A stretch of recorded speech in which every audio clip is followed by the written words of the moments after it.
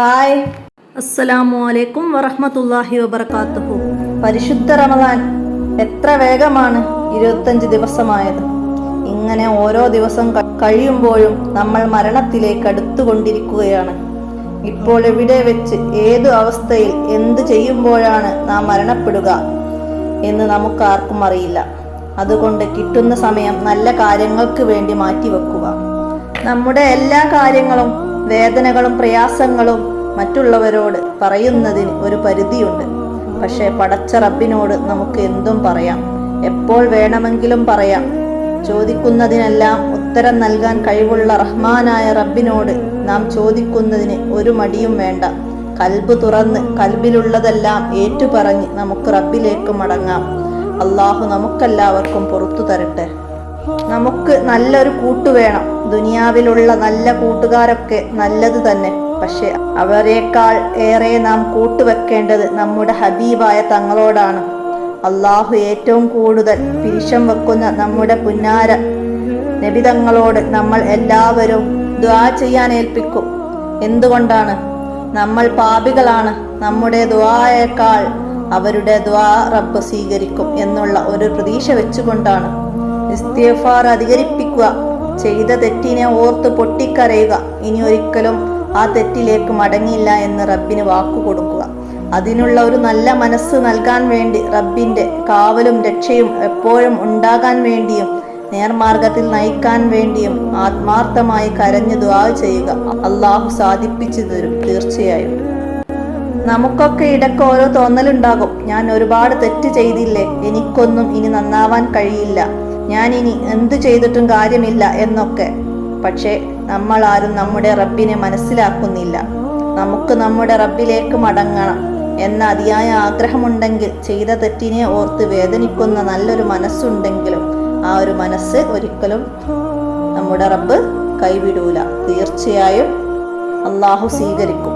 മനസ്സ് തുറക്കുക. കൽബിലുള്ള എല്ലാ വേവലാതികളും ആഗ്രഹങ്ങളും പടച്ച റബ്ബിനോട് കരഞ്ഞു പറയുക. നമ്മുടെ റബ്ബിനോളം നമ്മെ അറിയുന്നവൻ ആരുമില്ല. അവനോളം നമ്മെ സഹായിക്കാൻ ആർക്കും കഴിയില്ല. അല്പം വൈകിയാലും നമ്മൾ ചോദിക്കുന്നതിനുള്ള ഉത്തരം ഖൈറായ മാർഗത്തിൽ അള്ളാഹു നമുക്ക് കാണിച്ചു തരും തീർച്ചയായും. അള്ളാഹു നമുക്കൊക്കെ നല്ല കാര്യങ്ങൾ ധാരാളമായി ചെയ്യാൻ ആഫിയത്തുള്ള ദീർഘായുസ്സു നൽകി അനുഗ്രഹിക്കട്ടെ.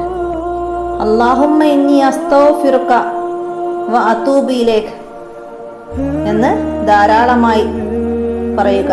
റമളാൻ നമ്മിൽ നിന്നാണോ? നമ്മൾ റമളാനിനോടാണോ വിട പറയുന്നത്? എവിടെയുള്ള 6 അടി മണ്ണാണ് നമുക്ക് സ്വന്തം. അത് എവിടെയാണേലും ആ മണ്ണിൽ സമാധാനം കിട്ടാൻ റബ്ബിലേക്ക് കരങ്ങൾ ഉയർത്തി പൊട്ടിക്കരയേണ്ട ദിനങ്ങളാണ് നമ്മിലൂടെ കടന്നു പോകുന്നത്. റമളാൻ ലഭിച്ചിട്ടും പാപങ്ങൾ പൊറുപ്പിക്കപ്പെടാത്തവൻ നശിക്കട്ടെ എന്ന് ജിബ്രീൽ പ്രാർത്ഥിക്കുന്നു. പുണ്യനബി മിമ്പറിൽ നിന്ന് പ്രാർത്ഥനക്ക് ആമീൻ പറയുന്നു. അവസരം ഇതാ അവസാനിക്കുകയാണ്. അടുത്ത റമളാൻ നമുക്ക് ലഭിക്കുമോ എന്ന് യാതൊരു ഉറപ്പുമില്ല. ആകയാൽ തൗബയുടെ കണ്ണീർ കണങ്ങൾ കൊണ്ട് പാപമോചനം ഉറപ്പുവരുത്തുക. 3 പ്രാർത്ഥനകൾ തിരസ്കരിക്കപ്പെടുകയില്ല.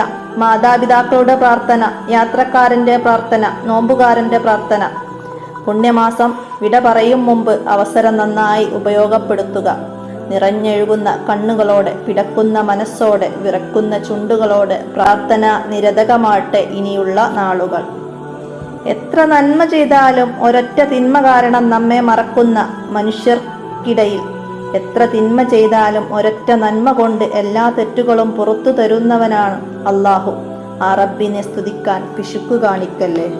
ലൈലത്തുൽ ഖദറിന്റെ പ്രതീക്ഷിക്കുന്ന രാവുകളിൽ ആരോരും അറിയാതെ അഹദവനിലേക്ക് കരമുയർത്തുമ്പോൾ, കൽബ് പൊട്ടി ചോദിക്കുമ്പോൾ, പ്രിയപ്പെട്ടവരെ, നിങ്ങളുടെ ദുആകളിൽ ഈ പാപികളെയും വേണ്ടപ്പെട്ടവരെയും ചേർക്കണം. പരിഭവങ്ങൾ ഏതുമില്ലാതെ എല്ലാം പൊരുത്തപ്പെട്ട് ഇഷ്ടത്തോടെ പേരെടുത്തു പറഞ്ഞ് ദുആ ചെയ്യണേ.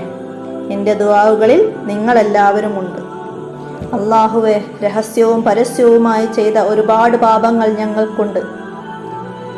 അടുത്ത റമളാൻ വരെ ഞങ്ങൾ ഉണ്ടാവുമോ എന്ന് യാതൊരു പ്രതീക്ഷയുമില്ല. സകലതും പുറത്ത് നിന്റെ മുത്തക്കീങ്ങളിൽ ഉൾപ്പെടുത്തണേ നാഥ. അല്ലാഹു നമ്മുടെ എല്ലാവരുടെയും ദുആ സ്വീകരിക്കട്ടെ. ആമീൻ ആമീൻ യാ റബ്ബൽ ആലമീൻ. അസ്സലാമു അലൈക്കും വറഹ്മത്തുള്ളാഹി വബറകാതുഹു.